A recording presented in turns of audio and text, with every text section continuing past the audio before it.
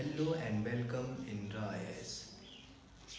आज हम डिस्कस करेंगे हिस्ट्री का टॉपिक रिवोल्ट ऑफ 1857, जिसे that was called first war of independence against British. जिसे कहा जाता है फर्स्ट वॉर थी वो आज़ादी के लिए ब्रिटिश के अगेंस्ट। रिवोल्ट ऑफ 1857 मतलब बहुत इम्पोर्टेंट है। इंट्रोडक्शन करते हैं हम इसका। Revolt of 1857 was the conscious beginning of the independence struggle against the colonial tyranny of the British। Revolt of 1857 वो कॉन्शियस मतलब अवेक जगाने वाली बिगिनिंग थी सभी को, जिसने सभी को अवेयर कर दिया था इंडिपेंडेंस के लिए, जो कॉलोनियल रूल था इंडिया पे उस ब्रिटिश का। देयर आर वेरियस नेम्स, इसके काफ़ी नेम हैं रिवोल्ट ऑफ 1857 के। फर्स्ट हम इसे कहते हैं फर्स्ट वॉर ऑफ इंडिपेंडेंस और सिपोई म्यूटिनी, जो कि सिपोई की म्यूटिनी हुई थी। मतलब उसमें एक सिपोई ने स्टार्ट किया था ये स्ट्रगल जो रिवोल्ट था। द रिवोल्ट बिगेन ऑन 10 मई। ये रिवोल्ट 10 मई में स्टार्ट हुआ था 1857 में, जो कि मेरठ से स्टार्ट हुआ था, मेरठ यूपी से। As a sepoy mutiny it was initiated by the sepoys in the Bengal presidency against the British officers. जो मेनली रिवोल्ट बिगिन हुआ था वो मेरठ से हुआ था, पर जो इसका इनिशिएटेड मतलब जो इसका स्टार्टिंग पॉइंट था वो बंगाल प्रेसिडेंसी में हुआ था। जो बंगाल प्रेसिडेंसी थी ब्रिटिश रूल के अंडर, उस टाइम पे जो एक सिपोई ने स्टार्ट किया था। This war of independence mark the end of the rule of British east India company. जो ये वॉर थी इंडिपेंडेंस की, इसने एंड कर दिया था जो ब्रिटिश ईस्ट इंडिया कंपनी थी उस टाइम पे, उसका रूल का एंड कर दिया था। Post this India was directly ruled by the British government. इसकी वजह से इंडिया डायरेक्टली रूल किया जा रहा था वहाँ से, ब्रिटिश गवर्नमेंट से। जो ईस्ट इंडिया कंपनी थी उसका रूल ख़त्म कर दिया गया था through their representative known as governor general. जो ब्रिटिश गवर्नमेंट थी वहाँ पे ब्रिटेन में, वहाँ से एक रिप्रेजेंटेटिव भेजने के बाद गवर्नर जनरल को, उसके थ्रू इसको रूल किया जा रहा था इंडिया को। Immediate reason of revolt of 1857। Immediate reason क्या थे रिवोल्ट के 1857 के? The immediate factor was the introduction of Enfield rifle. जो इमीडिएट फैक्टर माना जाता है वो एनफील्ड राइफल को माना जाता है। एक राइफल थी जिसमें cartridge has to be bitten off before loading it into the gun. जिसको एनफील्ड राइफल थी उसमें वो कार्टेज को पहले चबा के लोड किया जाता था। पहले उसे चबाना पड़ता था मुंह से और फिर उसको लोड किया जाता। इंडियन सिपाहीज थे वो बिलीव करते थे the cartridge was grease. Cartridge को ग्रीज किया जाता था आइदर पिग फैट और the made from cow fat. This was against the Hindu and Muslim sentiments, thus they were reluctant to use the Enfield rifles। इसी वजह से वो मना करते थे एनफील्ड राइफल को यूज करने से। This was a flash point two enrage the soldiers against the British. ये एक फ्लैश पॉइंट था जिसने एनरेज किया था सोल्जर्स को ब्रिटिश के अगेंस्ट। इमीडिएट रिवोल्ट यही बताता है रीजन, जो इमीडिएट रीजन रिवोल्ट का, कि जिसमें जो एनफील्ड राइफल थी उसमें कार्टेज डाला जाता था जिसे चबाया जाता था, पहले मुंह से बिटन किया जाता था। उसमें जो ग्रीज लगा रहता था वो पिग फैट होता था या काउ फैट होता था।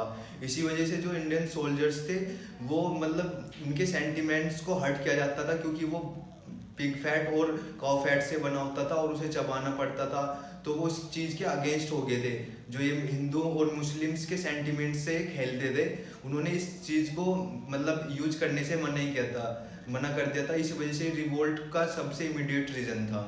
The revolt was initiated due to various factors. और जो रिवोल्ट के स्टार्ट होने के जो और फैक्टर्स हैं उन्हें भी डिस्कस करते हैं। इसमें जो फैक्टर आता है रिलीजियस एंड सोशल कोजेज। जो रिलीजियस एंड सोशल कोजेज है उसमें मतलब रेसिज्म रिलीजन से मतलब ये डिस्क्रिमिनेट कर देते ब्रिटिश इंडिया वालों के अगेंस्ट, कि उन्हें धर्म के आधार पे मतलब बांटते थे और डिस्क्रिप्शन करते थे। उनके जो मतलब वाइट्स है ना, वो मतलब उन्होंने इंटरफेयर स्टार्ट कर दिया था हमारे रिलीजन्स में, हमारे धर्म में, कि हमें वो टॉर्चर करते थे, हमें अपने धार्मिक तरीके से रहने नहीं देते थे। वो चाहते थे कि हम वेस्टर्न कल्चर अपनाएं, उनके तरीके से रहे, वाइट्स की तरीके से, जो वाइट्स चाहते थे ब्रिटिश।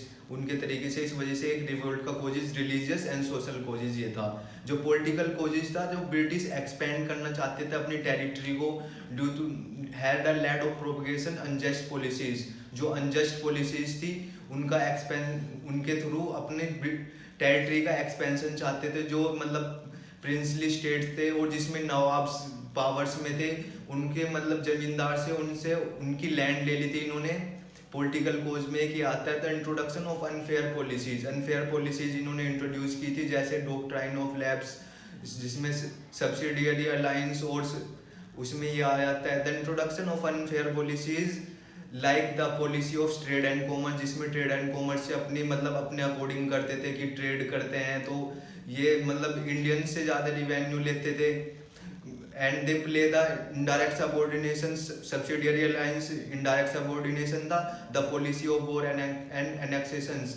मतलब वो उनसे लड़ाई भी करते थे और उनसे एनेक्स कर लेते थे। उनका जो स्टेट होता था ना, प्रिंसली स्टेट, उसे छीन लेते थे, उसमें अपना रूलर्स बिठा देते थे, अपने अकॉर्डिंग उसे रूल करना चाहते थे। इनकी एक पॉलिसी थी जिसे हम कहते हैं डॉक्ट्राइन ऑफ लैप्स भी कहते हैं, जिसमें जो राजा और वे होते थे ना, प्रिंसली नवाब होते थे, तो उनके कोई मतलब डायरेक्टली हायर नहीं होता था। हायर मतलब उनका अपना कोई पर्सनल बच्चा नहीं होता था ना, जो उनका अपना ब्लड नहीं होता था, उसके लिए मतलब ये वो गोद लेते थे किसी बच्चे को, तो वो इसी वजह से उनका वो स्टेट को मतलब एनेक्स कर लेते थे, छीन लेते थे, अपने अकॉर्डिंग रूल करते थे। ये एक पॉलिटिकल कोजेज था कि एनेक्स कर लिया तो उन्होंने झांसी, अवध, बहुत सारे स्टेट एनेक्स कर लिए थे। और इकोनॉमिक फैक्टर्स में आता है there are various reforms in the taxations. उन्होंने बहुत ज़्यादा रिफॉर्म्स किए थे टैक्सेशंस में and revenue system that affected the peasants heavily, जिसने किसानों को बहुत बुरे तरीके से अफेक्ट किया था। उन पे मतलब उनसे ज़बरदस्ती इंडिगो वगैरह उगाने के लिए कहा जाता था, और मतलब उनके साथ एग्रीमेंट ऐसा किया जाता था कि उन्हें इंडिगो उगाना है और उन्हें बहुत कम मिलती थी, मतलब उसकी कॉस्ट जितनी उन्हें मिलनी चाहिए थी, और ज़्यादा वो टैक्स लेते थे लैंड पे उनसे, किसान से। तो एक इकोनॉमिक फैक्टर्स है जो टैक्स और रिवेन्यू ज़्यादा लेते थे। कोजेज जो थे फेलियर के ऑफ रिवोल्ट ऑफ 1857, द सिपाहीज लैक वन लीडर। सिपाहीज जो थे, जितने भी इंडियन सोल्जर थे, वो उनके पास एक वन क्लियर लीडर नहीं था।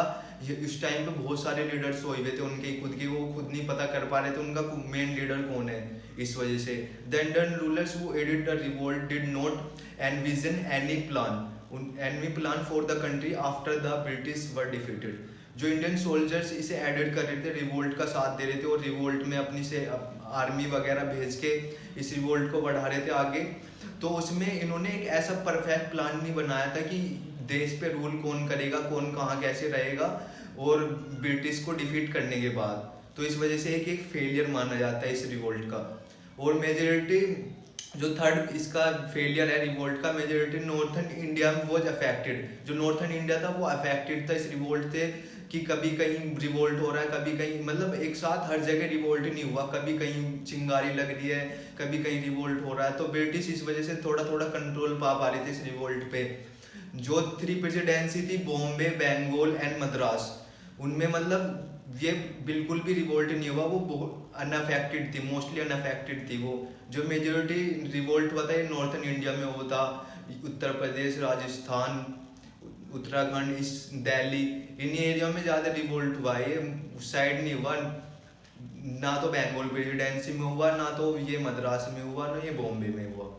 जो लिस्ट इम्पोर्टेंट लीडर्स थे एसोसिएटेड थे इस रिवोल्ट से, वो थे, जिसमें हम प्लेस और उनका रिवोल्ट के लीडर्स को भी डिस्कस करेंगे। प्लेस दिल्ली से थे बहादुर शाह सेकंड और जनरल बख्त खान, और जो लखनऊ से थे बेगम हजरत महल, बिरजिस कादिर, अहमदुल्ला, ये 3 वहाँ से थे लखनऊ से। और जो कानपुर से थे वो थे नाना साहिब, राव साहिब, तानू तोप, अजमीउल्ला खान। और जो झांसी से थी वो झांसी की रानी थी, रानी लक्ष्मीबाई। और जो बिहार से थे वो कुंवर सिंह, अमर सिंह थे। और जो राजस्थान से थे जयदयाल सिंह एंड हरदयाल सिंह, ये 2 थे। फरुखाबाद से थे